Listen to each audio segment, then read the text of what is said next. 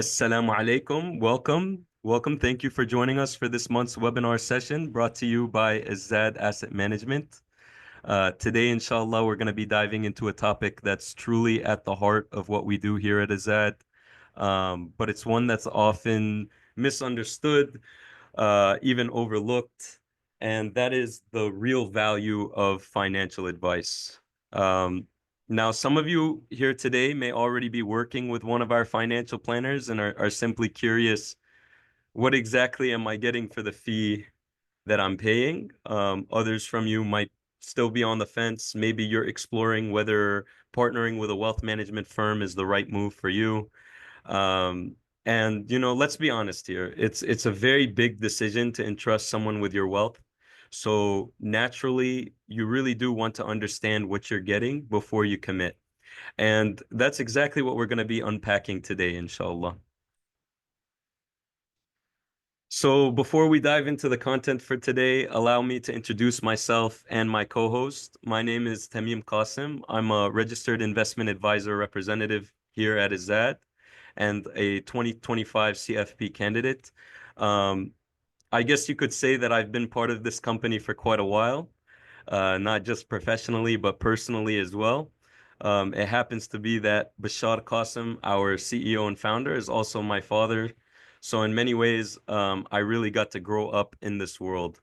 So learning early on about the importance of managing your money with intention, um, this work has always been a big part of my life. And today, alhamdulillah, I'm very proud to continue that mission of helping families align their finances with their values. I'm also joined today by my highly esteemed colleague, Dr. Reem Hussein. Dr. Hussein not only holds her CFP designation, but also a PhD and master's in financial planning and wealth management.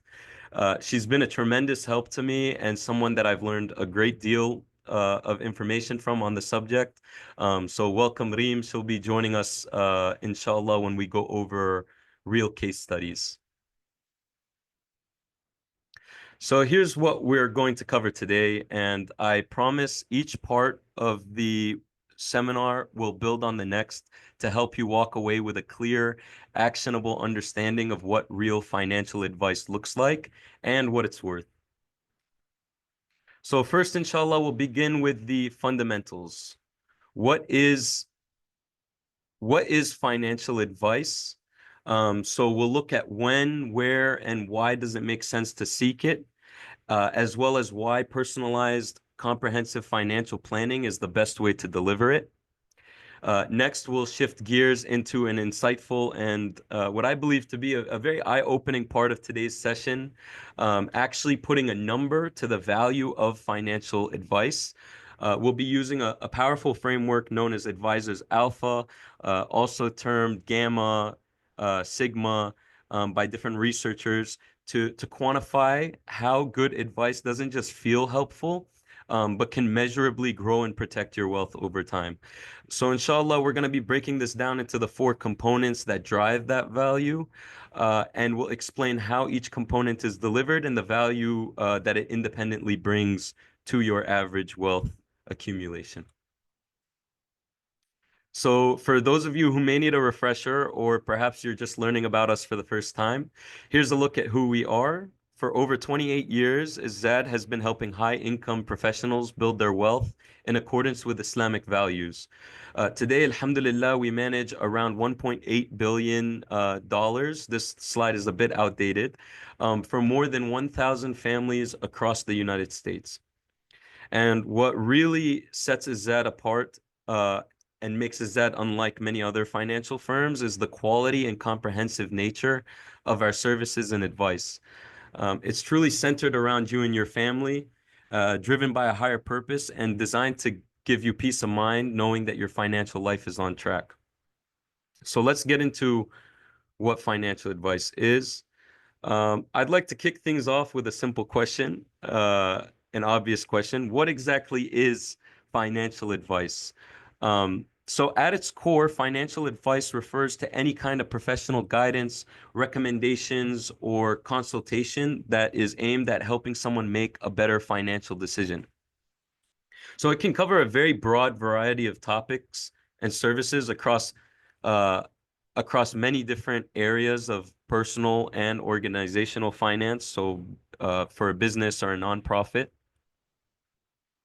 So when we talk about financial advice, what exactly does it look like in practice? As you can see here, it can span across a very wide range of areas in your financial life. And while this slide isn't exhaustive, it gives a really great snapshot of the types of topics we regularly help our clients deal with here at Azad. So it can touch on everything from budgeting and debt management to investing, retirement planning, tax planning, insurance, education savings, and even aligning your money with your values. So now that we've defined financial advice and we've explored what it can cover, let's talk about what really ties all of those topics together. And that's comprehensive financial planning. So comprehensive planning is a holistic approach to your entire financial life. What that means is that we're not just looking at your investments or your taxes in isolation. We're actually connecting the dots between all of it. As we mentioned earlier, like your investments, taxes, insurance, and cash flow. So the goal of this, when we do this, is to create a coordinated strategy and not just a bunch of disconnected decisions. The comprehensive plan is like a base. It serves as your North Star, giving you direction, clarity, and alignment, and it helps you make decisions more confidently and ensure that those efforts, that all of your efforts are actually moving you towards your biggest goals. So how do we deliver comprehensive planning at Azad? It all starts with this process that you see here. This process is both structured and highly personalized.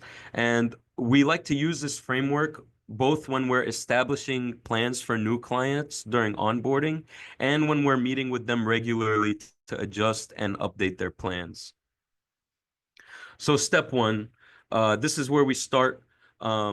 We start with getting a clear picture of your goals, your values, and your concerns, because this is going to be the foundation for your plan. No two clients have the same definition of success. What financial wellness and independence looks like for one person could look very different for another person. So whether your main focus is retiring comfortably or pursuing a charitable legacy, we start by listening and identifying what those concerns are. Once we've done that, we dive into your current circumstances. So this is where we take a look at your assets, your income, your tax situation, any estate documents you have, like a will. We take a look at your investment accounts and much more. So what we're doing here is we analyze where you are now, and we help you understand where your trajectory is headed if nothing changes. And this is where we really start to pull in some of our service areas like retirement projections, risk profiling, tax return analysis, Monte Carlo simulation, so that we can really understand the full picture of where you are currently. So now, once we've understood, the implications of current circumstances, that's when we start to move to develop and build a customized plan that's going to close any gaps, address those goals, and optimize the trajectory. So what this looks like is leveraging these services here that you see on the right, as they become relevant to the objectives of your plan. This can involve a lot of different things. Maybe a recommendation includes doing a Roth conversion strategy, implementing a new investment strategy, setting up a donor advised fund. Regardless of what it is, we're not just looking at one area here. We're looking at how all of these recommendations can come together in a coordinated plan.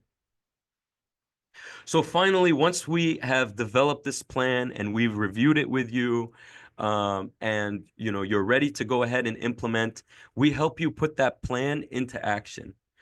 And during implementation, we stay with you every step of the way. So whether it's implementing that new strategy or executing a Roth conversion, what we try to do is handle as much as we can on our end to make that implementation process as easy and seamless for you as possible.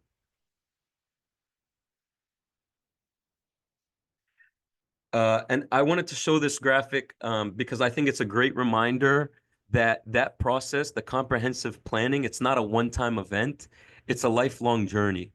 So at every stage of life, we face a mix of different needs, wants, and concerns that can differ from the last stage. And the key is that the process that we just discussed repeats and evolves as your life changes. And that's why our role as your wealth manager, as your financial planners, is to continuously adapt and optimize that plan along the way. Um, so, long story short here is that comprehensive planning is a lifelong process. So as we talk about the value of financial advice, it's important to pause and acknowledge a key point. And that's that not all advice that's out there is good advice. So that may seem very obvious. However, in today's world with the internet, there's no shortage of information, which also means that there's a lot of misinformation, misinterpretation, and even bias out there. So it's very important to be discerning with what financial advice you take. So how do we distinguish good advice from bad advice? So a good place to start is take a look at how is that, what's packaged in that advice? What's being delivered? Good advice has two crucial components. Number one, it has to be grounded in sound rationale. So that means that the recommendation being made, it needs to be evidence-based. It should be backed by research and analysis and not just opinions. The second thing within that part of sound rationality is that the recommendation needs to be logical and applicable. Does it actually fit your situation, your goals, and your values? Um, second, the second key component is how it's communicated. Is it clearly and accurately communicated?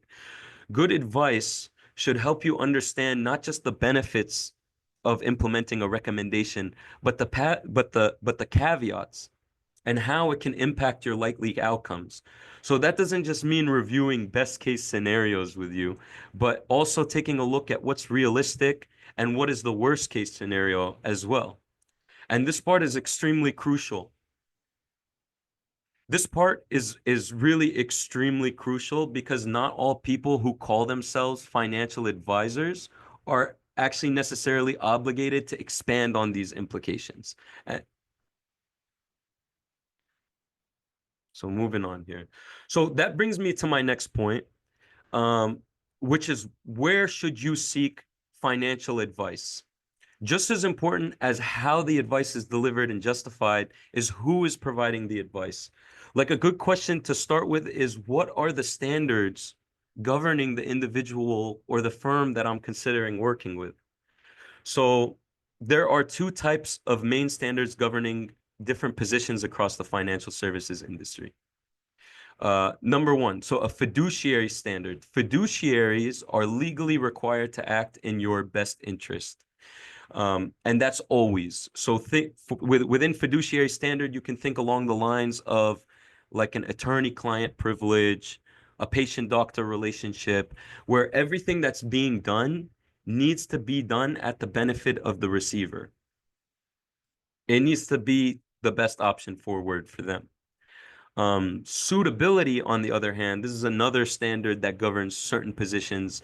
It's very common in sales roles. This simply requires that the recommendation must be considered appropriate. Um, so even if it's not the best option for you, a person who's governed by these standards can still push and argue for a recommendation uh, that might not be optimal. So you can think along the lines of like commission-based sales professionals, um, anywhere where they what we call product pushers, really. So understanding this difference is very important because it can help you choose who you trust with your financial future. So on that point, one of the most common misconceptions that I've seen is that people believe that anyone who calls themselves a financial advisor must be acting in your best interest. But the truth is that that title doesn't actually guarantee fiduciary duty. So the term financial advisor, it's not a legally regulated term. Therefore, anyone can use it. So here I have pictured some examples of types of roles that commonly employ the term. On the left here, you'll see insurance agents. So a lot of times insurance agents, they sell auto insurance, they sell homeowners insurance, but where they really make the bulk of their money is annuities and life policies. And and I'll tell you a story. I used to work for a state captive state farm agency. This was way back. Alhamdulillah, I'm glad to be out of that space and working with Muslims, working with halal. But one of the things that I remember is that whenever we would deal with a client for like an auto insurance policy, we were always instructed to offer life insurance and annuities, regardless of the person's situation. We just said it was for everyone. So a lot of times these insurance agents will push certain products on you because they make a lot of commission on them without necessarily explaining to you the negative implications of taking such actions. Another one we have here are registered representatives. So this can be like a customer service rep from Fidelity broker, like a broker dealer rep. This can also include like private placement representatives of private placement firms, like private real estate development firms, and then also representatives of specific mutual funds. So both of these insurance agents and registered reps are governed by standards of suitability, which is that it just has to be appropriate, not necessarily the best. They're not going to expand on worst case scenarios, on negative implications. On the right here, we have registered investment advisors or RIAs. So RIA is a regulated term. And this includes firms like Azad. So as RIAs, we are SEC registered and we're legally held to the fiduciary standard. So that means that we must act in your best interest at all times with full transparency and without hidden agendas. So a very important piece of this is that we don't make any commissions or compensation outside of our AUM fee. So regardless of whether we refer you to this attorney, this accountant, or we recommend this product, we're not incentivized to push products or recommendations that go against your interests. And alhamdulillah, we all like to think, we are, trustworthy and good people, and we do our best. But there is a level of integrity that's added when incentive structures are made to align. And so that's a very important thing to look for when you're working with a financial professional. Certified financial planner professionals, or CFPs, are fiduciary advisors who are specialized in the process of comprehensive financial planning. So these professionals meet some of the highest standards in the industry. These are some of the requirements that they have to meet, including coursework, apprenticeship hours, ongoing continuing education. I'm myself am in the middle of these. Inshallah, I'm looking to get this completed in November. But it's a very rigorous product. It's a very rigorous process. Most of our advisors here at Azad, they hold their CFP designation. So when you combine the CFP designation with the RIA structure, you really get one of the highest fiduciary standards in the industry.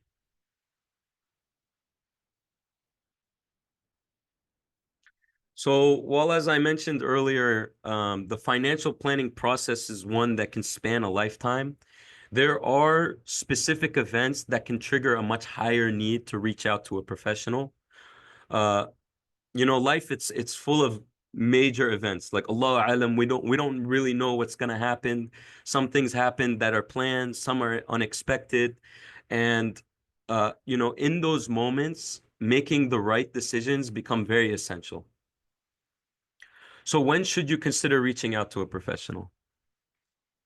One of the most common reasons people reach out, event triggers, is approaching retirement. So when you're getting ready to transition out of the workforce, decisions around income, investments, and timing really become crucial because you're planning to get to a stage of your life where you're no longer relying on earned income. So questions about which buckets should I start pulling out of? How can I make my money last for the rest of my life?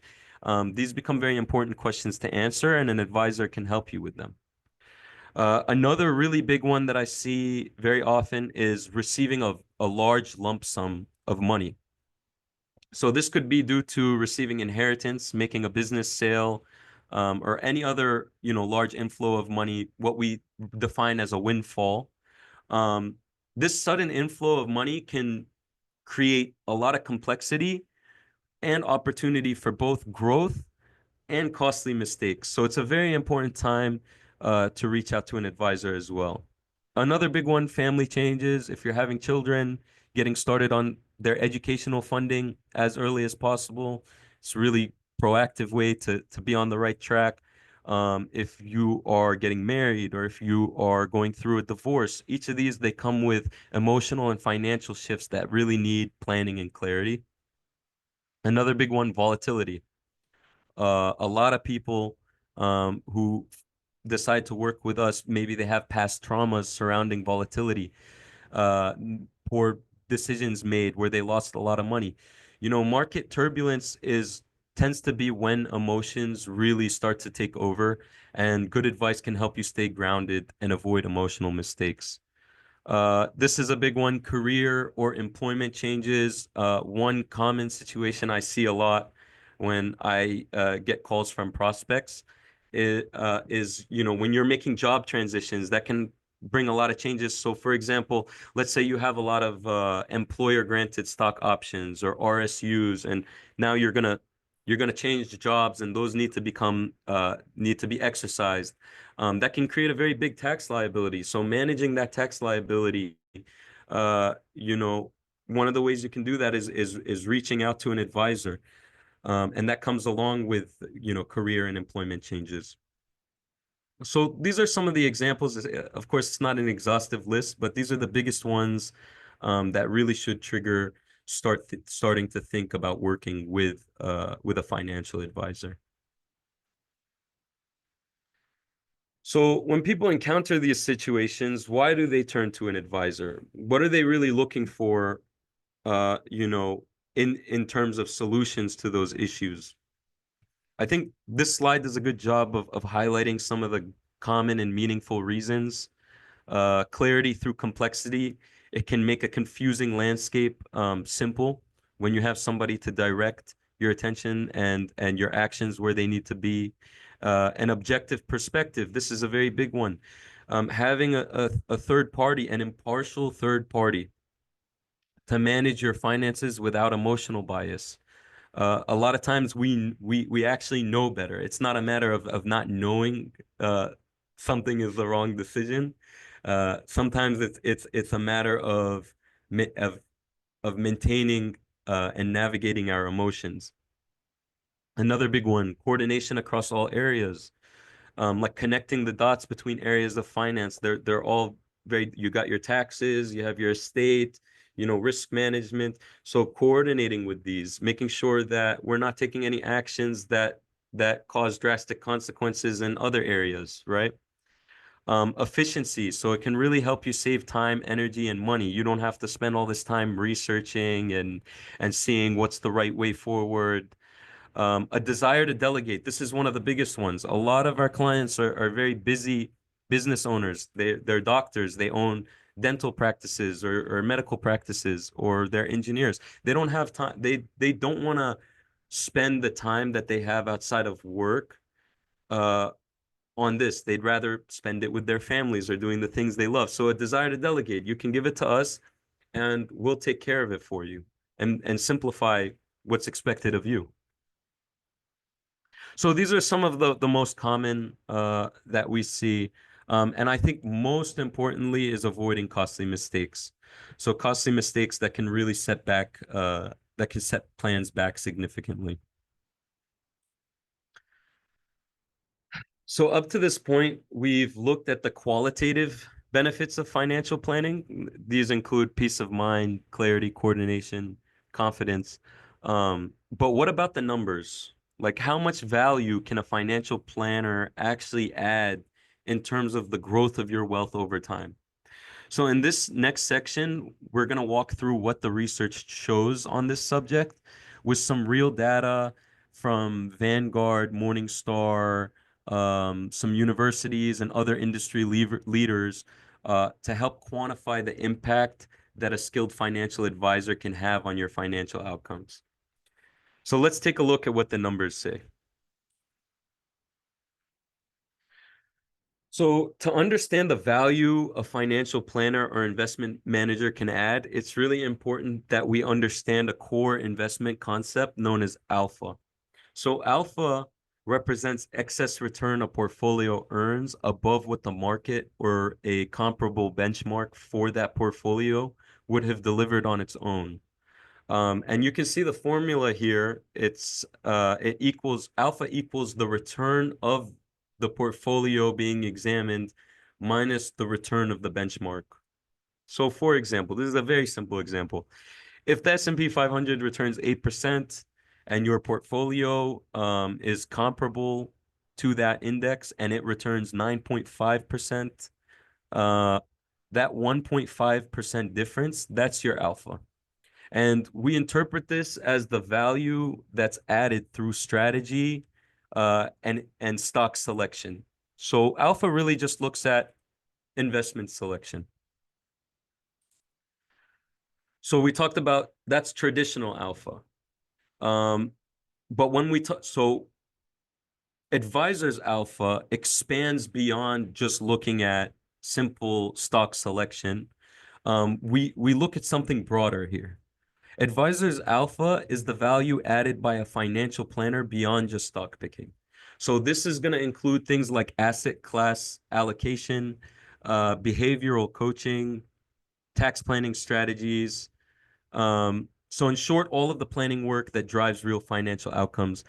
This concept was developed and studied by many respected firms. A lot of them call it something different. Some call them Sigma, Gamma, whatever you call it. And this concept has been developed by Vanguard, Russell, Morningstar, using both simulated data and real world client data. And what the results consistently show is that there's a measurable boost in outcome for clients who work with a financial advisor. So let's take a look at the actual numbers and see just how much value each of these services can add over time. So what exactly drives Advisors Alpha? As I mentioned, it's the planning activities that we do. For what we've done here is we've broken Advisors Alpha down into 4 core components represented by the letters A, B, C, and T. Each of these have been independently studied and quantified by different sponsoring research institutions. So A, we have allocation management and rebalancing, can add about 0.45% in return on net worth and real return around 0.45% per year. B, we have behavioral coaching.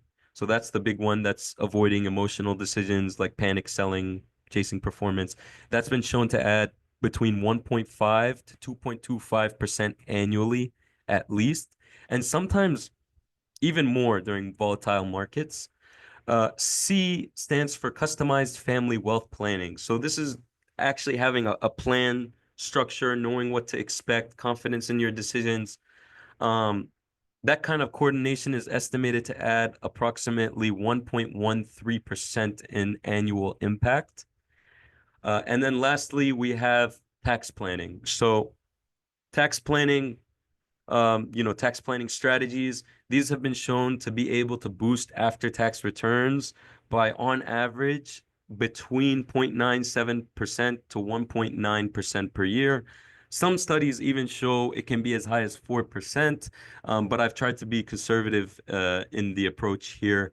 So we stuck with this 0.97 to 1.9% range. So the total estimated value of an advisor in 2025 is shown to sit somewhere between 4.5% to 5.73% annually.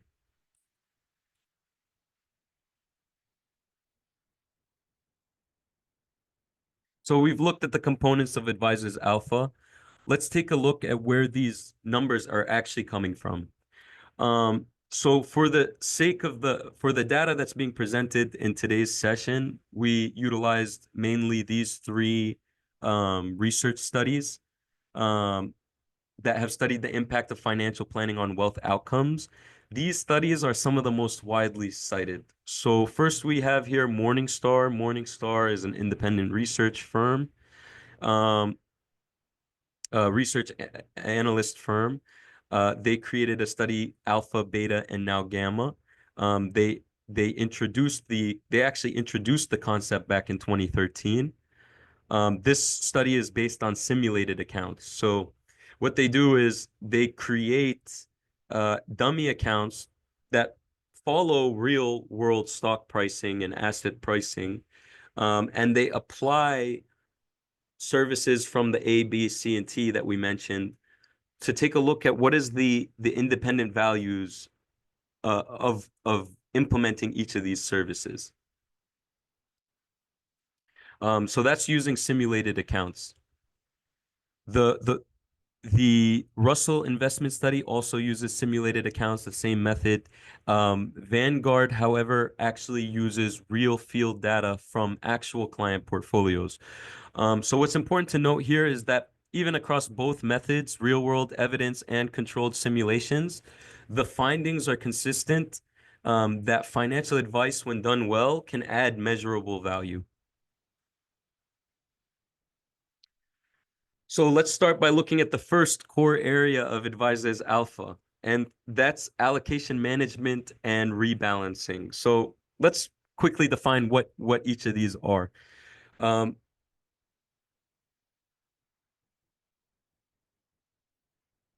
Sorry about that. Let's quickly define what each of these are. So active allocation management refers to continuous first selecting the optimal mix and then continuously adjusting that mix of asset classes like large cap, mid cap, small cap, sukuk, real estate, so that the portfolio aligns with the client's objectives and changing market conditions. It's not just a one-time setup, it's an ongoing analytical process. Rebalancing is very similar, um, but it refers to managing the drift from an original strategy. So as markets move, portfolios, they naturally drift. Um, Rebalancing is the discipline of bringing things back in line to the strategy so that we can keep the risk profile and the objectives of the portfolio where it needs to be. So together, these two activities help ensure a portfolio is remaining efficient, intentional, and on track, even when the markets are all over the place.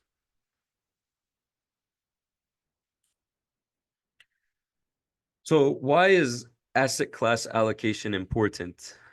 And this is because research shows that it's actually one of the most critical drivers of long-term investment outcomes, both in the short term and the long term, actually. According to Vanguard's 2024 study on the subject, asset allocation actually explained 92% of the differences in annual returns for a client's portfolio, which means that the way your money is divided between these asset classes is actually more important than the stocks being selected within them. Morningstar's 2010 analysis found that over a decade, 60% of the difference in investor performance between different investors, cross-sectional, what we call cross-sectional study, actually came down to allocation decisions. Had nothing to do with market timing or product selection, but it was how consistently their portfolio stayed aligned with their strategy. So this is exactly why disciplined allocation management and periodic rebalancing creates measurable long-term value. So first here, I want to isolate the value of adequate of selecting the adequate allocation and then sticking to that allocation that matches time horizon. So here we have a very powerful visual showing the impact an advisor can have over time, not just in returns, but actually in the risk-adjusted performance. So how much performance are you getting per increment of risk that you're taking, and overall wealth growth. So on the left here, we're looking at data from January 2005 through December 2024. And this compares the average portfolios of self-directed investors versus advisor-directed portfolios. So the first thing that you can see here is that the annualized return for self-directed was on average, in this study, was on average 6.14%. But for advisor directed, it's 6.72%. So this seems like a very modest difference at first glance. You're telling me, to me, I'm doing all that just to get a small extra 0.5%? What's the point? Well, I'll tell you what the point is. Just as important as your ending return is how you got to that return as well.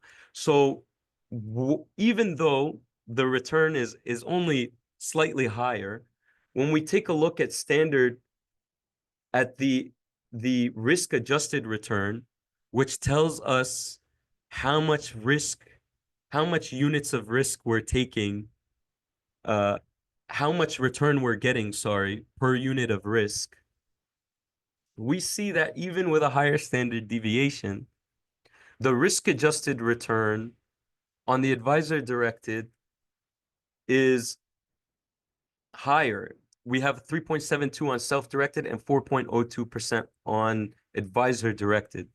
So that adds about 0.3% to your risk-adjusted return, which is a very simple value add. It's purely from better portfolio management.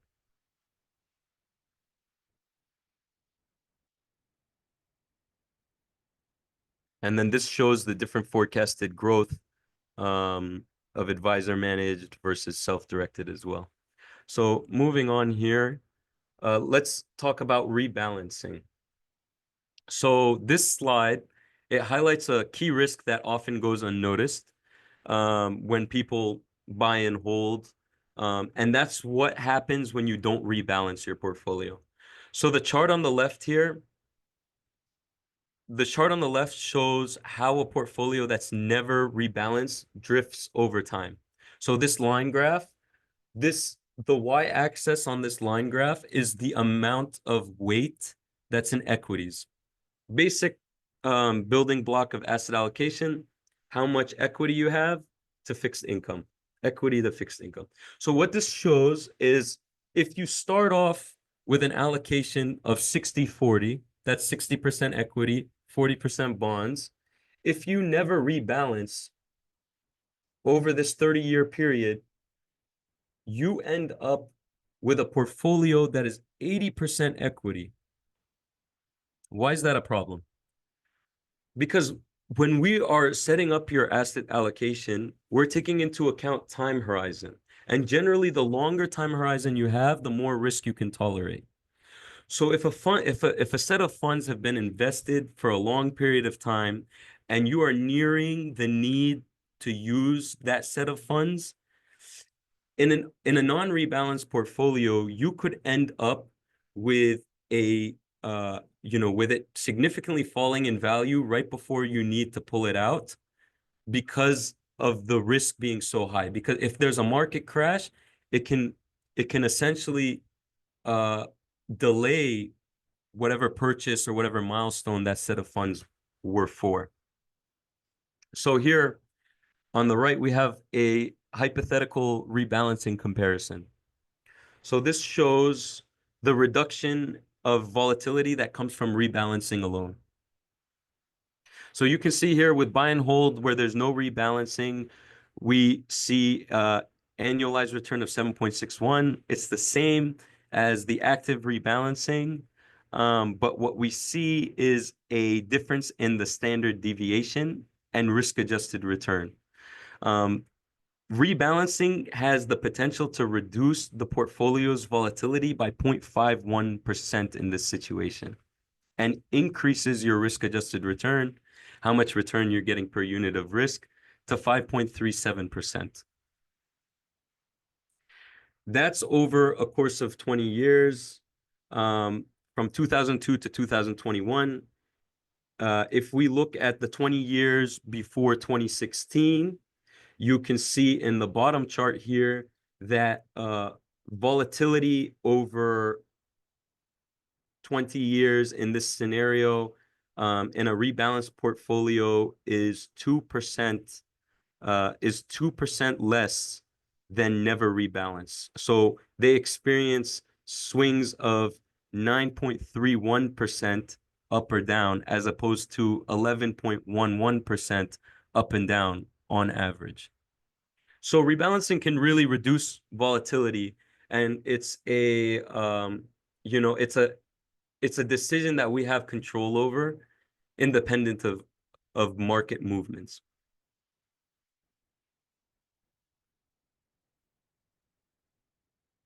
So the takeaway from here is, rebalancing, it's routine, but skipping it can actually quietly erode your portfolio's stability, and increase your exposure to a potential market shock. According to Vanguard, effective allocation management, and which includes rebalancing and asset class selection, can add approximately 0.45% annually to net wealth outcomes. So it may not sound like much at first, but over time, this small percentage can compound into meaningful long-term value. So take, for example, the proper allocation and rebalancing of a $500,000 portfolio, receiving an extra value of 0.45% per year could potentially add to over $45,000 difference over 10 years with no increase in risk.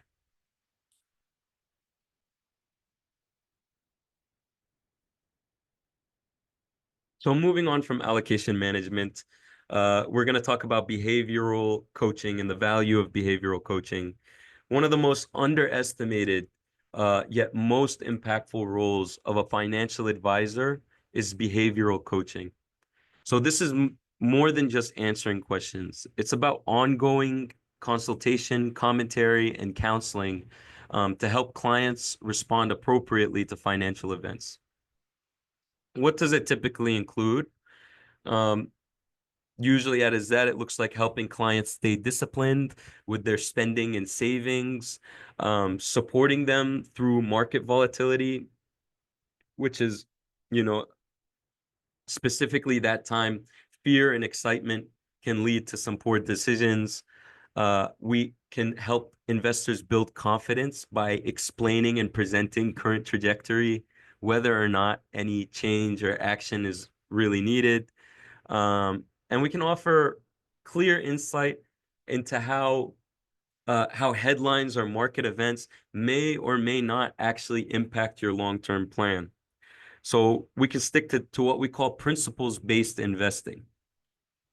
Rather than following the narrative, which has already been priced in, we can make our decisions stay rooted in a prudent investment strategy. Ultimately, the goal of behavioral coaching is to help investors avoid costly mistakes. So whether it's panic selling or chasing a rally out of FOMO, the truth is, the biggest threat to your financial plan is often not the market, but it's how you react to it.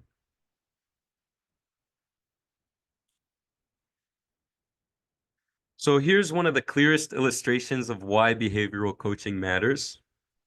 Like I mentioned earlier, the panic selling, we all know not to sell low, to sell high, not to buy high, to buy low. We all know these things, but sometimes it's not a matter of logically knowing, It's a manner of managing our emotions and reactions. So this chart here, it shows mutual fund and ETF fund flows in orange. The bar chart is graphed along the stock market performance, which is shown with the blue line. This is a time frame from 2007 to 2023. And what do we notice here? What we see is that when stock market performance increases, inflows tend to increase. People don't usually jump in and rally into the market until they already seen the increase happen. And so effectively, what they're doing is they're buying high after the gains have already been incorporated. On the flip side, we see that whenever the market crashes, we see outflows significantly increase. Why is that? People, they get scared. They see their entire life savings decreasing in value, that hard-earned income. So even though a lot of people know, buy low, sell high, when it comes down to it, it might not feel like such an easy principle to stick to. So advisors can really act as a behavioral buffer and help you stay focused, steady, and aligned with your long-term strategy. So that's not just emotional support, but it's a real value that's backed by real improved outcomes.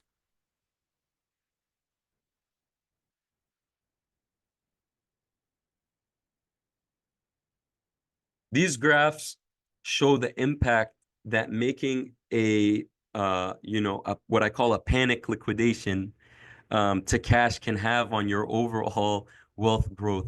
And it really demonstrates exactly why staying calm in a downturn really matters. Um, so here in this line graph, we have the example of an investor who started off 2020, very volatile year, but clients who listened to us made a lot of money during that time. So this is an example from that era. This is an investor who starts on January 1st, 2020 with $100. Now, let's say this investor stays invested and boom, the pandemic happens. Oh no, the world is going to end. Everything is done. The market's crashing.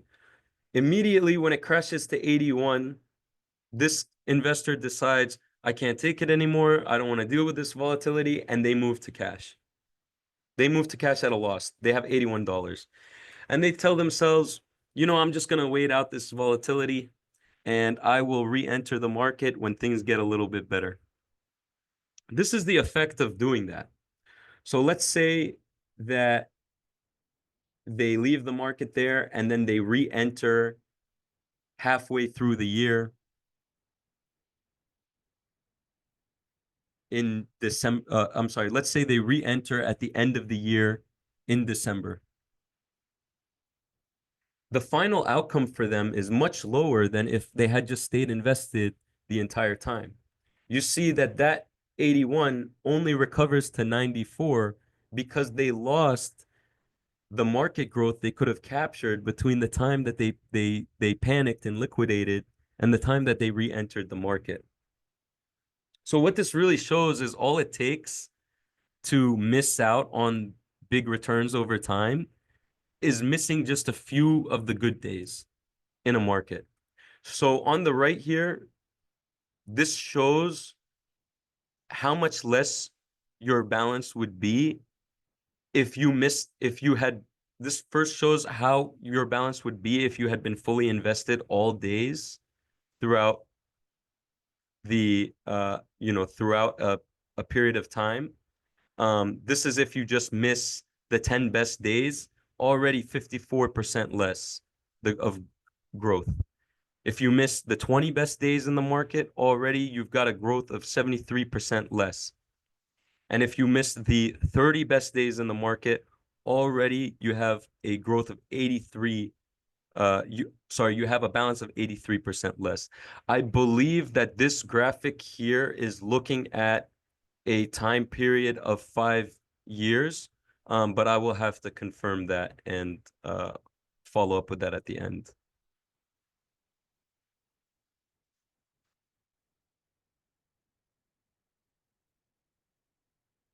So what this shows is having an advisor that can coach you through these moments and avoid these mistakes can really add a lot of value in terms of making sure that you're staying invested and capturing market growth.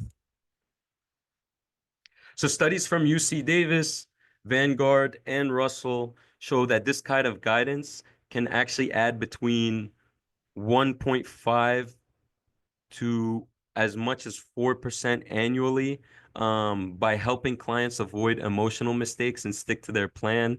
I took a little bit more of a conservative approach, and we gave a range of 1.5 to 2.25%. So to conclude this section, behavioral coaching, it's not necessarily something that is a daily occurrence. It's about being there during the right moments, having someone that you can turn to during those moments, who has the right perspective. And so, as the research shows, even just a few key conversations like, hey, it's not the end of the world. These factors are still here, and this is why, we expect some sort of recovery. This can really drive a significant difference in your long-term outcomes. So in short, it's what I call low volume, high impact advice. And it's one of the most underrated and powerful ways an advisor can add value.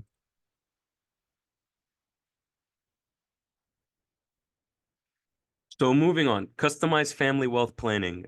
So this is where precision meets purpose. This refers to the services of building a plan and having this north star that we can follow as a financial roadmap. Um, so it's about crafting a plan that's deeply personalized, aligned not just to your goals, but also to your family's evolving needs and legacy priorities as well. You've got to support your dependents. Maybe you're paying for their education, maybe they're getting married and you want to help out your kids with the wedding. Um, or, maybe you want to make sure that you transfer your wealth efficiently to them after you pass away. Um, Regardless, whether it's, forecasting future outcomes, managing risk, or taking certain actions for specific life events, we're not just running numbers. We're actually building strategies that are reflecting those objectives and goals. So this is about planning with intention and turning the complexity into clarity and helping you navigate that with confidence. Some of the services that fall within this category include goal-based optimization, forecasting, risk tolerance assessment, and so forth. This level of customization adds measurable value by aligning resources efficiently, avoiding unnecessary costs, and ensuring that the financial plan adapts as your family grows and your circumstances change. Um, In many cases, this can add an average of at least 1.13% in annual value just through better decisions and proactive planning. So finally, last but not least of the four components is tax planning. And tax planning is another one that's overlooked, but very powerful source of advisor value. Unlike investment returns, which are completely market dependent, they depend on macroeconomic factors, what's going on with the companies. Tax strategies are something that we have control over regardless of the market conditions. And so since taxes are often the largest lifetime expense for high income earners and retirees, and it's especially if you're in that high tax bracket, 37% of every last dollar is of is going to taxes. Um, Optimizing how and when income is realized can really lead to significant savings. So we help clients navigate things like navigate their taxes by utilizing strategies like tax loss harvesting, proper use of tax qualified vehicles, seeing, which qualified vehicles do you qualify for? Oh, if you don't qualify for them, are there any backdoor methods? Um, strategic withdrawal sequencing, Roth conversions, maximizing deductions, all of which directly impact net returns. So a lot of our tax planning, it's not just about reducing taxes today, but about improving after-tax outcomes over decades, which can quietly compound in the background. That value can compound year after year. So by leveraging these techniques, we're really able to help you reduce your overall lifetime tax expense. And I want to go into detail with two of these techniques here, explain how we do them at Azad and the value they can add.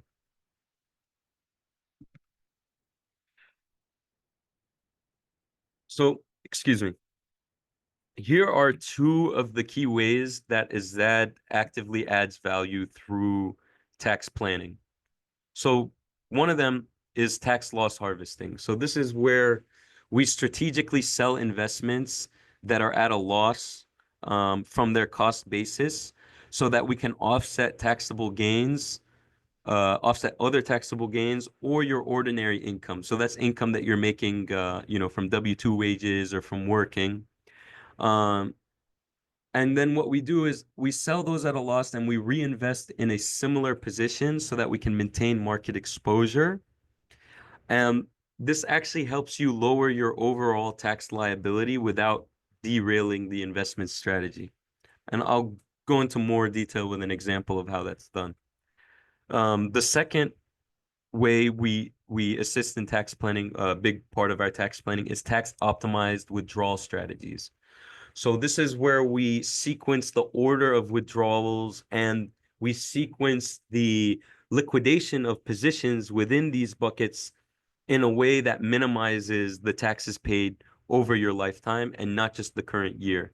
And we take a very solid analytical approach to this. We have some advanced software that we work with that can show us the implications of taking from different accounts and whatnot.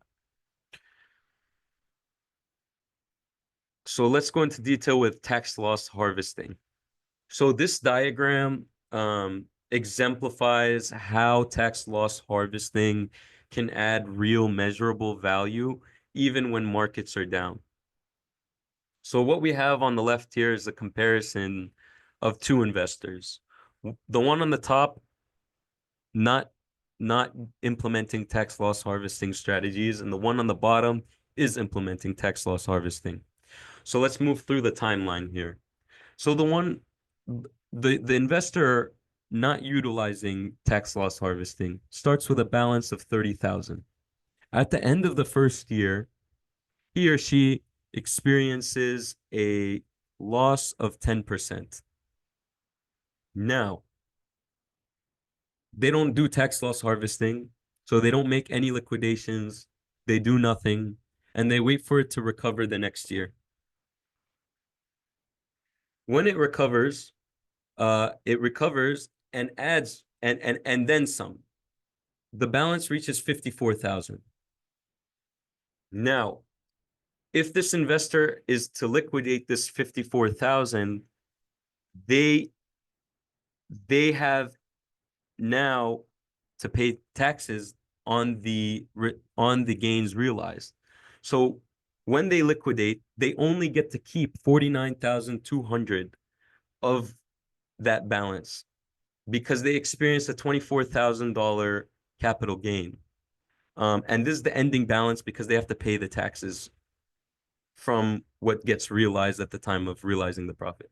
Now, with tax loss harvesting, on the other hand, we can start with that same 30,000.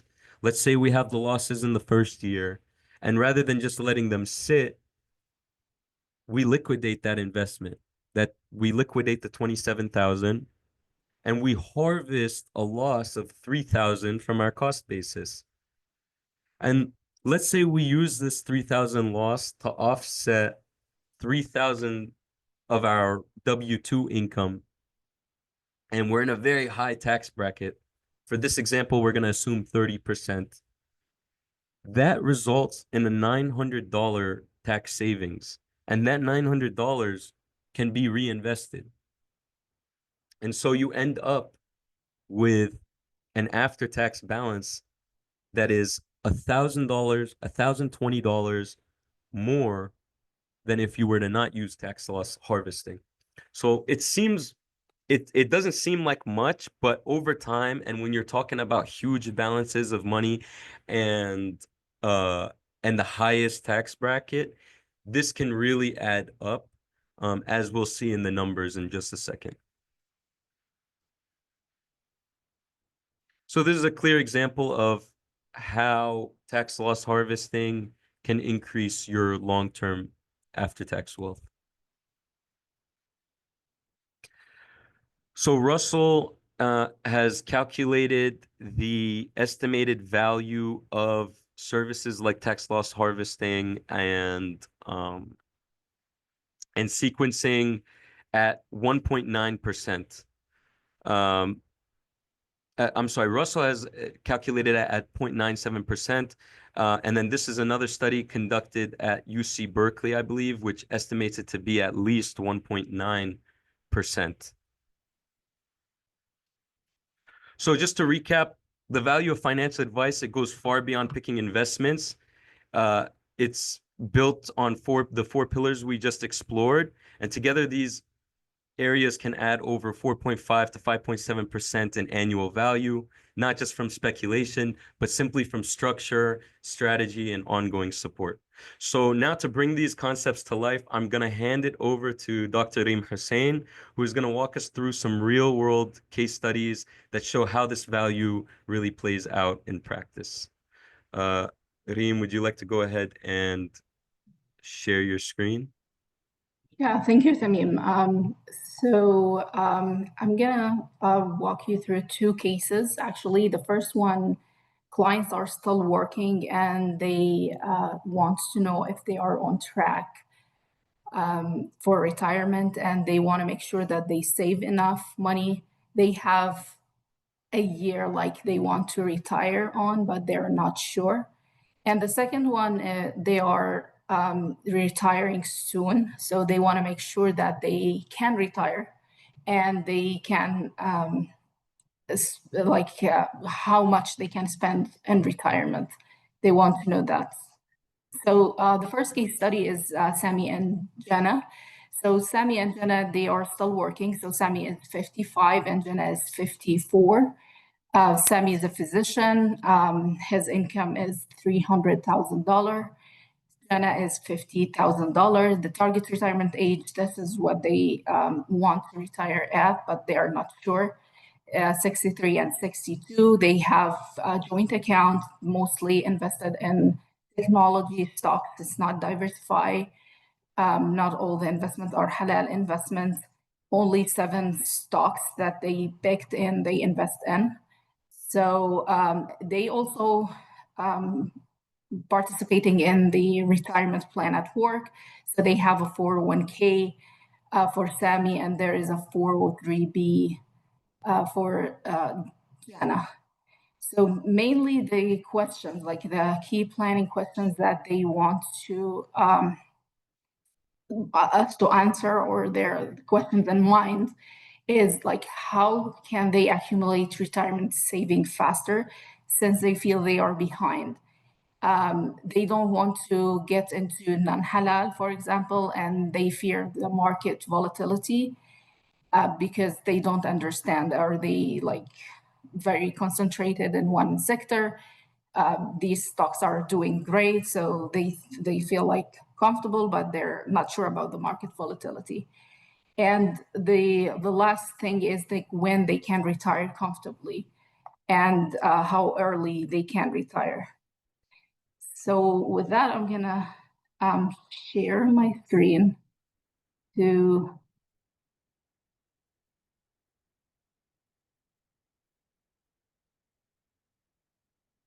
let me share my screen to go over the financial planning software.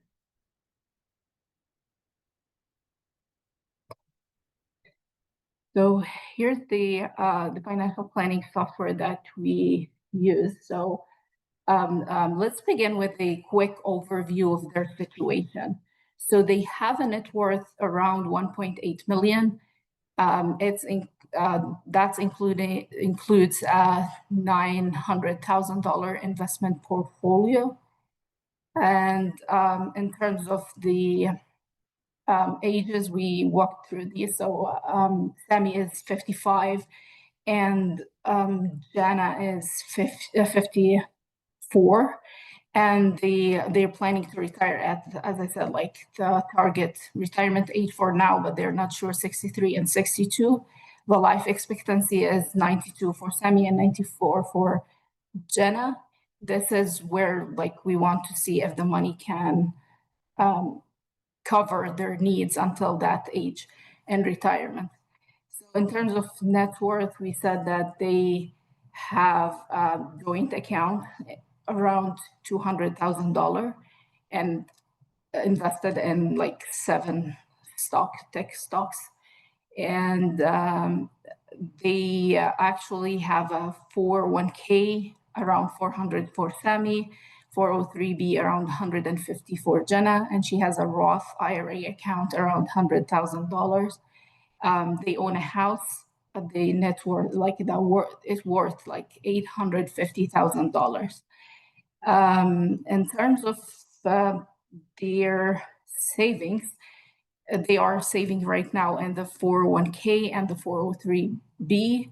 Currently, the saving is around 5% from their salary, and they have an employer match. The goal is that currently their amount, like the annual amount or the annual expenses, is $150,000, and they want to in retirement the same amount. They don't believe that they want to reduce their lifestyle, and they want the same $150,000.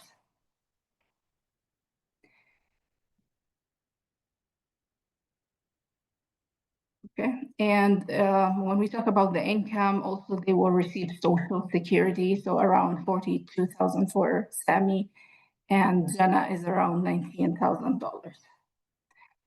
Now let's look at projection chart here. And the plan.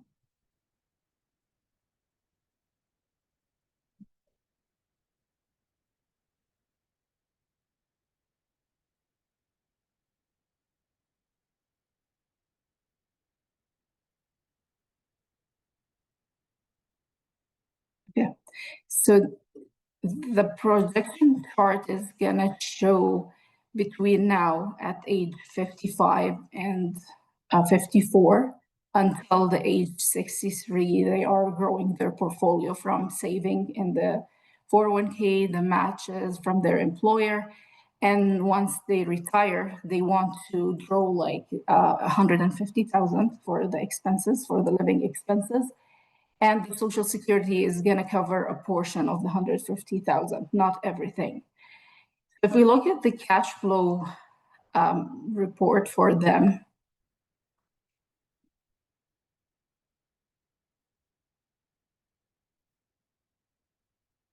as you can see that their portfolio are declining, and as they withdraw the $150,000 around that money to cover like living expenses, they're gonna run out of money by the age 86.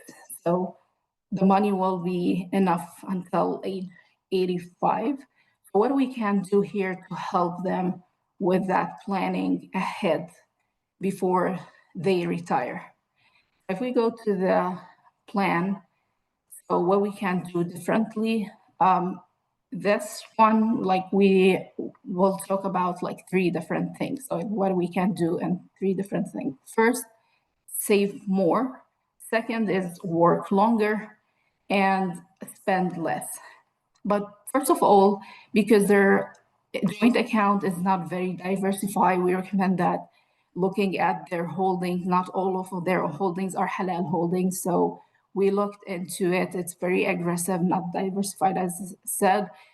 will be subject to market volatility. So what we suggest is to change the allocation in one of our allocation, which is like the moderate aggressive allocation, pre-retirement and after retirement, to a moderate, which will be like halal investment with a diversification with all asset classes.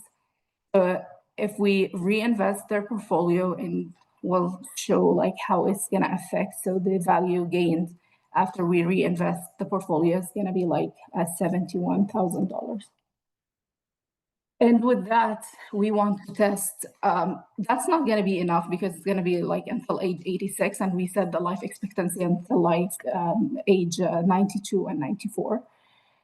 So we will first test if they can save additional 6,000, let's say, in the 401k. So if we change this, that they want to save 6,000 until retirement, which is the age 63 and 62, another 60,000, that will give us funding like another 3 years of funding with around $370,000 value gained in the portfolio. So the money is going to last until age 88 with that. So that's not going to be like enough for them by itself. So now let's look at another scenario. If they can retire, extend the retirement age until 65 for both. So that gives their plan like a significant boost, right? And assets will continue to grow. Withdrawals are delayed, and it also increased the social security slightly because they will kind of work more. And that's gonna result in the increase on the value of the assets. It's around 2.6 million, and the money is gonna last until age 94. But all these scenarios that I'm showing is a linear projection. And what I mean by linear projection does not take the market returns, ups and downs into consideration. So it's assuming that average return all over the year. So if we want to do the Monte Carlo simulation, which is taking different market scenarios, 1,000 of these market scenarios.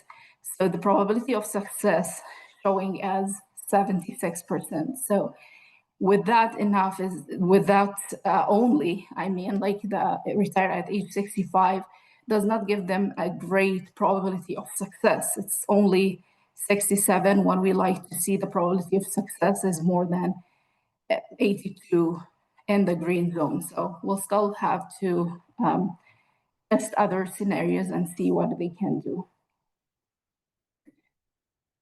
So the last one is, let me go back to the lifetime just to show a linear projection. So the last one is the living expenses. So we said that they want $150,000 annually to cover their living expenses.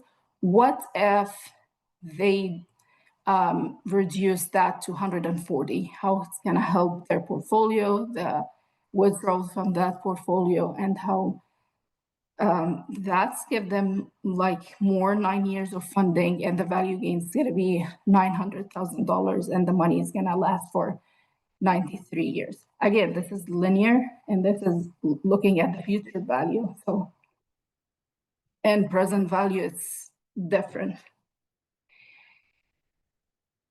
So still, this alone is not quite like enough for them to retire comfortably. So what if we combined all these together?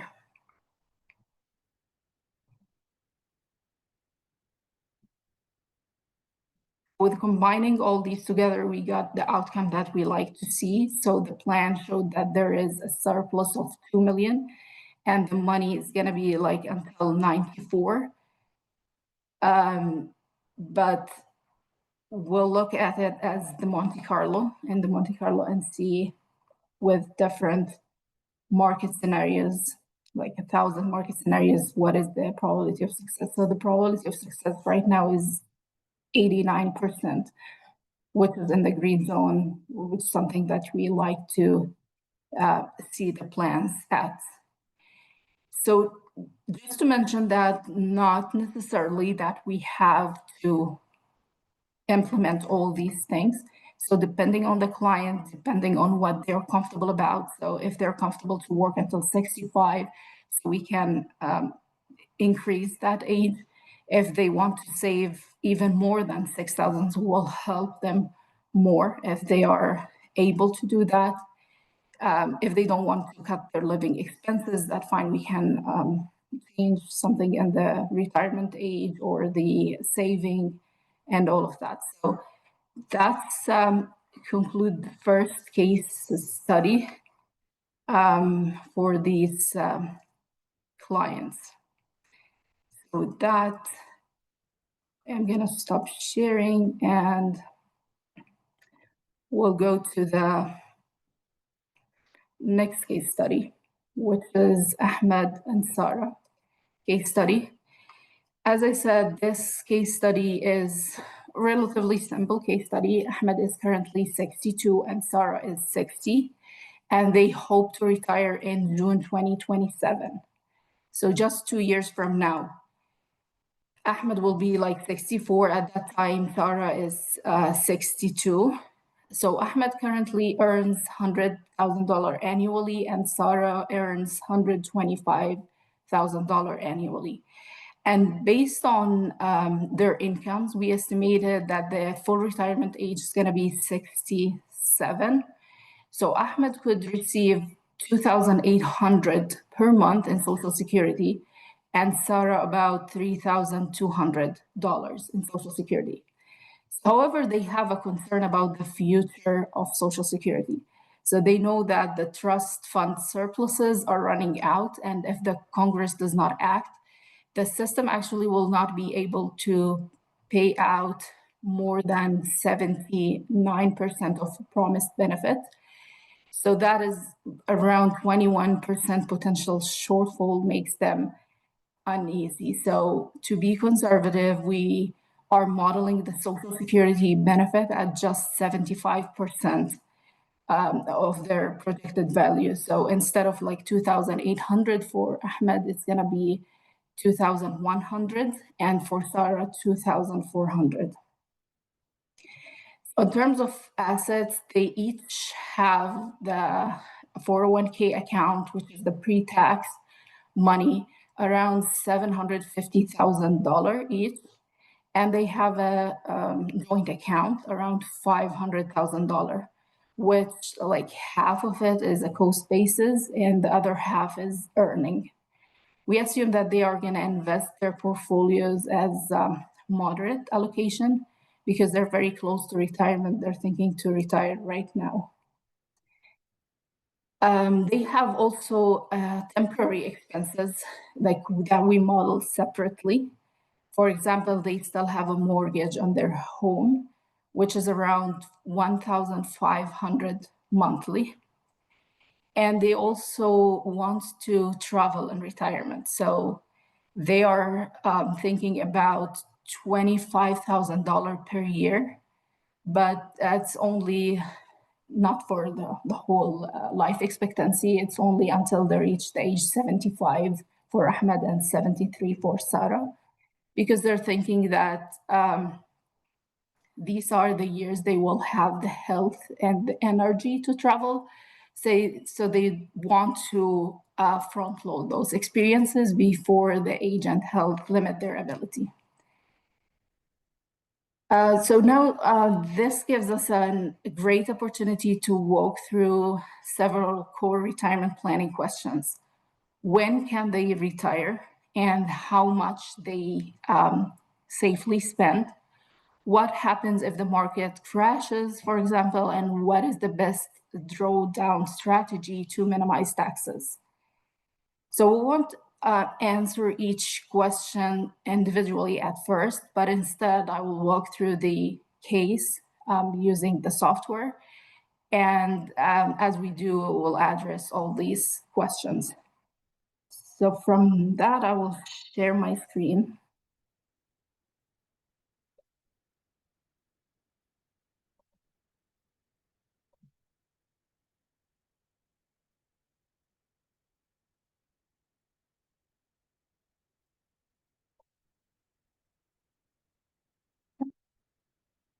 Yeah.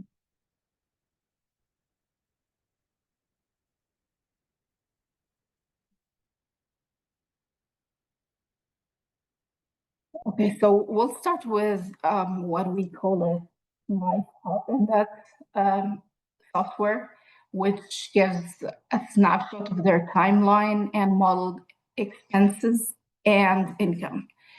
So you will see here that their salary for the next 2 years for Ahmed is 100,000, for Sarah is $125,000.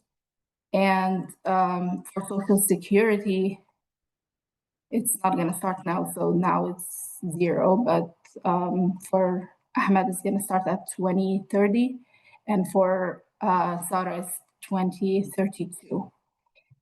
In terms of expenses, we input the expenses as the variable expenses. Mortgage, it's going to be like for 3 years, $1,500 monthly.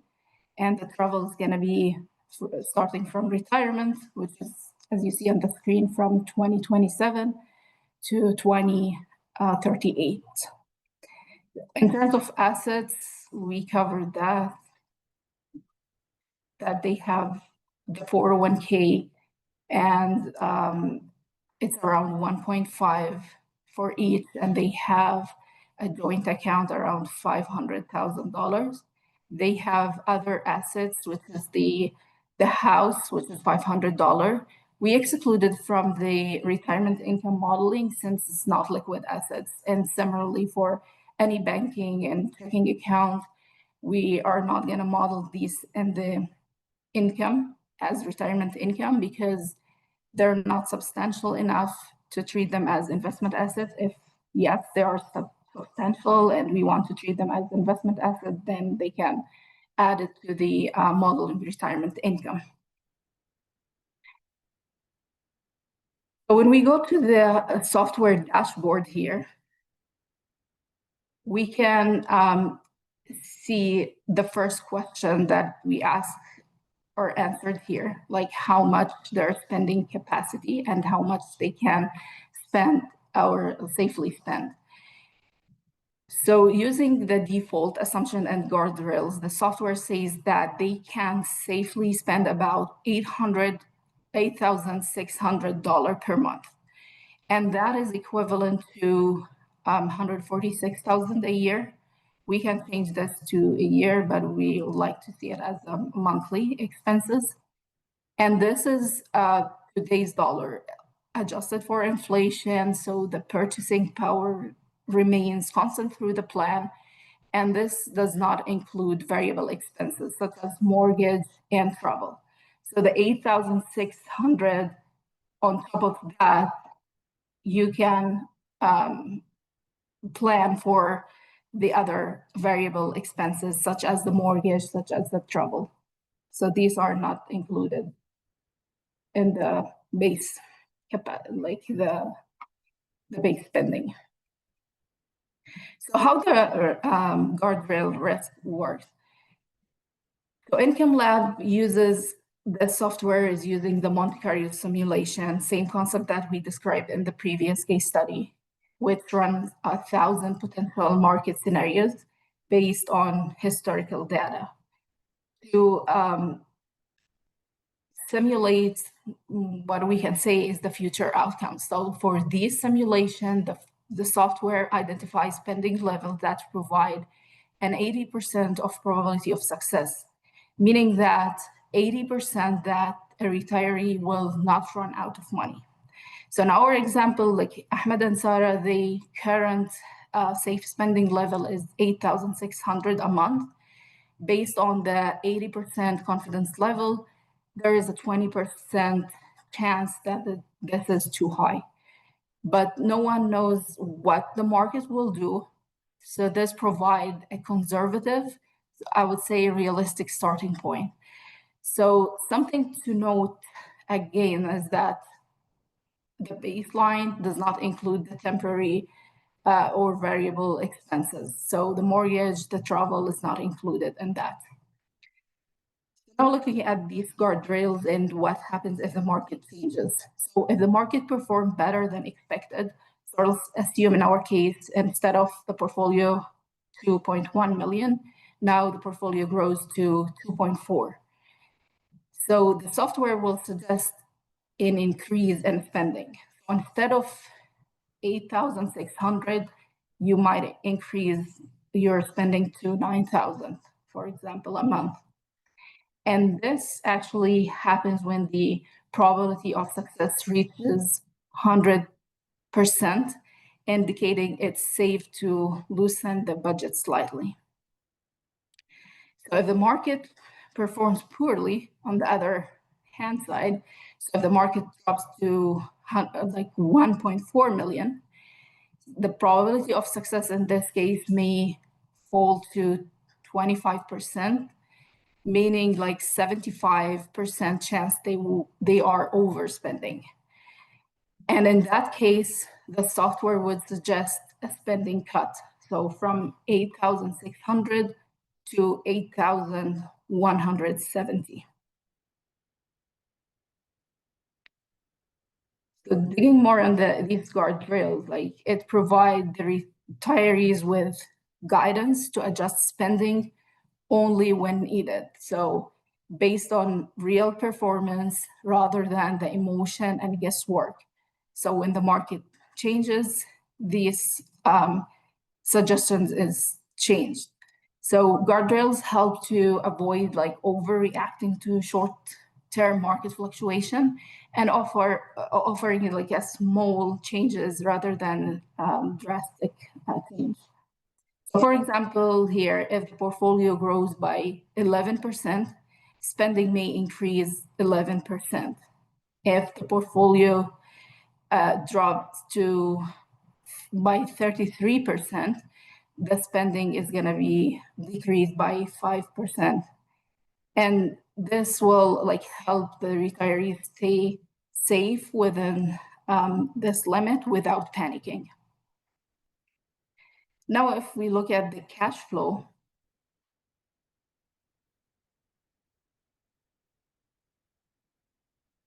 so we see the first bar here is the Ahmed and Sarah income, like phasing out after 2027. So after 2027, they don't earn any income.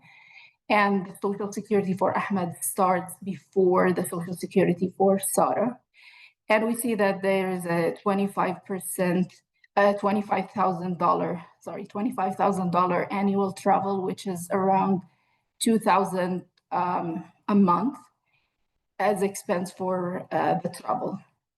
And you may notice that according to this chart that the base spending level declines gradually over time, and that's intentionally. So it reflects research known as the retirement smile, which recognizes that the retirees often spend more in their early go-go years. Then there is a slowdown spending in their slow-go and no-go years. So it's mirrored the real-world pattern of reducing discretionary spending as people age and become less active. So if we run the test, so we want to test the plan and to see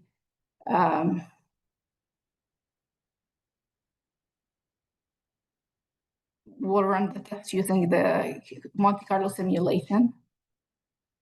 It's going to take a little bit of time.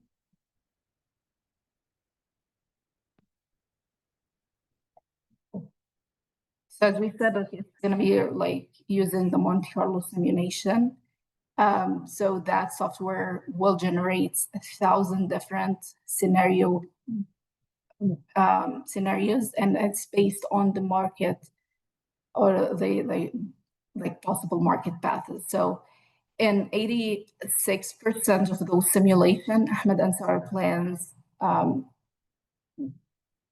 performed like better than expected, and they have room to increase spending. So on average, these favorable scenarios show they can spend about 29% more than the original estimate. In the remaining 40% of simulation, their plan is tighter, and the average spending reduction is 8%. So this outcome makes sense because it's giving our initial plan was built on 80% chances of success. So we conservatively designed from the start as 80% chances of success. So let's look at the legacy here. So this view shows like how money remains at the end, or how much money remains at the end of the plan in each simulation. So let's take the worst case scenario. So with the worst case scenario, the lowest of the 1,000 simulation, the client never runs out of money. And that's the power of the dynamic guardrail. So if you see like at the end of the plan, there's money in the plan. They never run out of the money. And because the system is constantly adapt, the plan never depletes. So it always preserves at least 5 years worth of resources, no matter what. Now let's look at the taxes and tax strategies. So this software does well in comparing dozens of withdrawal strategy and Roth conversion. So it calculates, so the system analyzed around 15 different strategies, including pro rata withdrawal from the 401k and the brokerage, as well as traditional approach, like exhausting taxable accounts first, then pre-tax, then Roth, like Roth accounts. It also tested multiple Roth conversion, such as different bracket, 10%, 22, 24%. So the strategy that we select here is the Roth conversion below the IRMA bracket, which has resulted in the lowest total lifetime tax cost and present value. So it's about $500,000. And if we compare it to the traditional way, taxable, tax deferred, tax free, we can save around $300,000 in today's dollar. So maybe at the first you're gonna say like paying taxes on conversion may seem high, that you have to pay taxes upfront. But when we dig into the why, it becomes clear that first, investment growth outpaces inflation. So the earlier we convert those dollars to Roth, the less tax we pay on larger future value. So waiting until later to change when the account has grown maybe will result in higher taxes over time. So we might suggest for the client, if they feel comfortable paying the taxes upfront right now and saving the taxes later, we can recommend for them doing a Roth conversion. One thing that the software does not do is that if we wanted to combine two different strategies for the Roth conversion, maybe like we add to the Roth conversion at this bracket one, for IRMA bracket one, I mean, we can add like 10% or 12%, but the software does not allow us to do that. But we can always review the plan and see what is best for the client. And we can change the strategy according to their situation. So now let's shift to one of the most common concerns we hear from clients. What if the market crashes after I retire? So the fear of the unknown keeps many people from retiring, even when they can afford to. So the retirement stress test module here helps address this directly by modeling historically bad events like the 2008 financial crisis or the Great Depression. So if we want to see the global financial crisis example in like the same one in 2008. So let's say that you plan to retire with the 8,600 that we saw first in the dashboard. So 2 years before the 2008 crash, the market were strong. And the market, if you can see here, project that your monthly income could increase to $10,200. Then when the crash hit,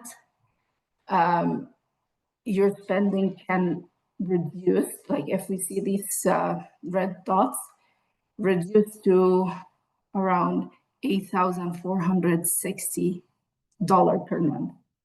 But this is still fairly close to the original plan. And because the system is adaptive, it never lets the portfolio completely derail. It gently guides you back toward the target spending over time, as you can see here. So you can go back to what you're supposed to spend. So what we can conclude here, like even if things go bad, you will still be fine. So the last thing with that planning is let's revisit the dashboard again here. And so we said that they can spend around 8,600, as we mentioned before, but some clients will tell you, do we really need that much? Maybe they want to spend less than that. So what we can do is, okay, like they will say like, I want to spend less than that, but I want to retire, for example, early. With that, if they want to take that scenario, they want to retire by the end of 2025, early 2026. So now the system will calculate a new spending capacity. So it's not the 8,600 anymore. It's like a little bit. So $7,950. So it depends on the client needs and want. Like if they're comfortable with that, they might be retiring early. If they want to spend more, they can extend their retirement. So going back to the questions that we had before on the case. So they have the first question, when can we retire? So actually it depends on how much Ahmed and Sarah want to spend.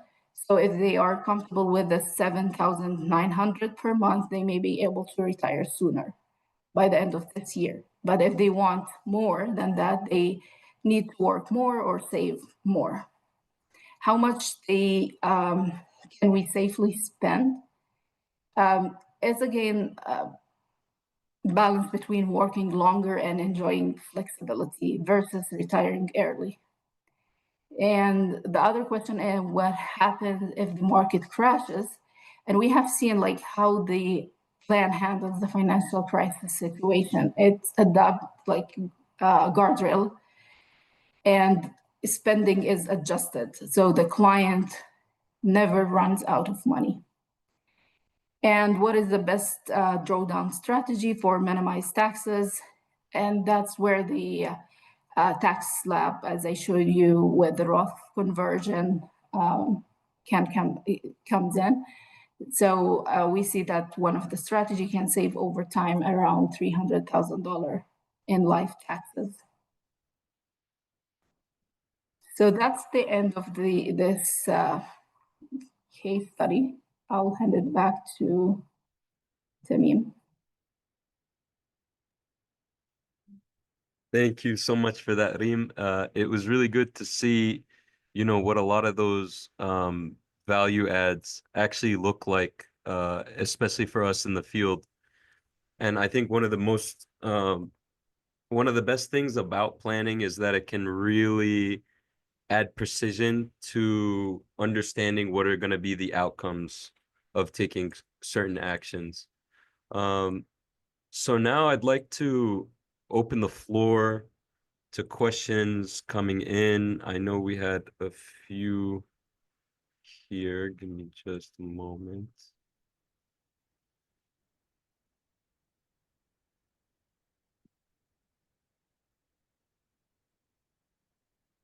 Okay, so one of these, what if I feel like I'm just too busy to engage in financial planning?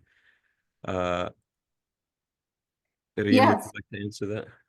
yes, sure. So what we suggest is not to wait so long, like, and not to wait for like a situation to happen or a financial crisis before you start beginning planning. So the sooner that you start, the more option that you may have.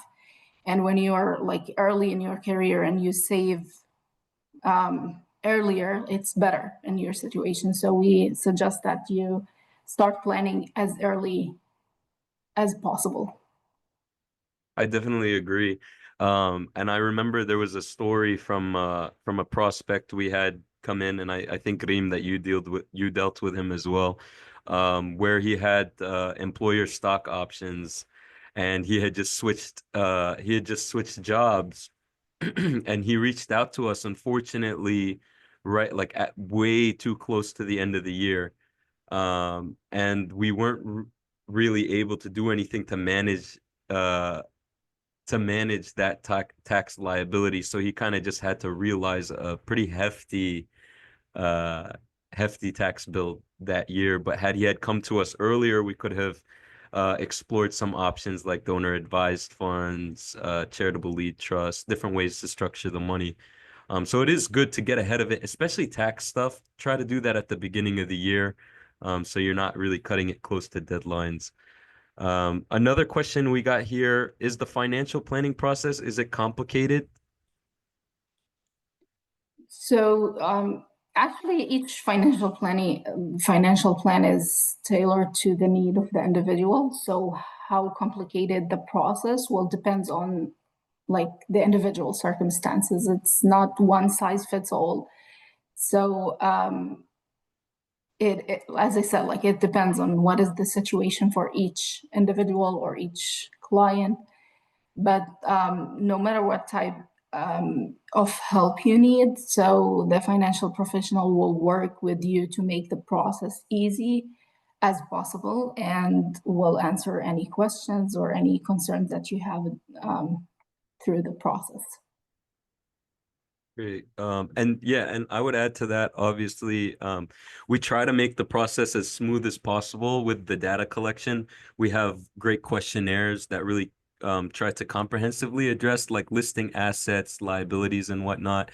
And we usually try to give you like a very clear expectation of like what statements, what documents to bring, and what information to have on hand the first time you meet with an advisor. So those are some of the ways we try uh, to make it easy and reduce the complexity of going along with the process. Um, Here's another really good one, and we see this a lot. What if my spouse and I disagree, like on taking a recommendation or on what we want in our plan? Yeah, actually, this is a really good question. And as you said, like we um, have this issue before and we see it. So, like the advisor are trained to listen to your concern. So the advisor are trained to listen to the concern, identify your underlying issues, and help you to find the common ground between the spouses, I would say. Good, yeah. So I guess like our advisors can help mediate as like an impartial third party. That's another benefit of like having an objective person who's outside of the emotions for sure. So um that's good. And then I think this is one that was probably it was really the first thing asked. I think a lot of people ask, how much does it cost? Like, how much does getting these services cost? And really simply put, we try to be very upfront and transparent about our pricing. Your fee at Azad can range from 1.2 to 1.75%. That being said, there's a caveat here. When you're comparing our services, the price of our services to the price of other service providers, it's important to note that most financial planners charge a planning fee. So that's the 1% that you see. But there are still hidden costs in terms of the expense ratios of the products they invest in. So at most advisors, you're going to be paying that 1% plus any underlying expense ratios. What we did is we wrapped it all into one. So you're getting your planning services and the expense ratio of like the actual stock selection within each asset class, all within that range of the 1.2 to 1.75%. So when you actually consider that, it is extremely competitive for the industry. Not only are you getting, halal, but you're getting a really good value on that fee. So I think with that question, we'll conclude. I'd like to thank you all for being here today. And I'd also like to inform you about some of our on-demand webinars that you can find on our website. Here they are. If you go to azadasset.com/videos and webinars, you can watch this webinar recording will be on there and any of the past ones that we've completed. And please be on the lookout for more information about future live webinars soon, inshallah. Assalamu alaikum and jazakallah khair for attending the session.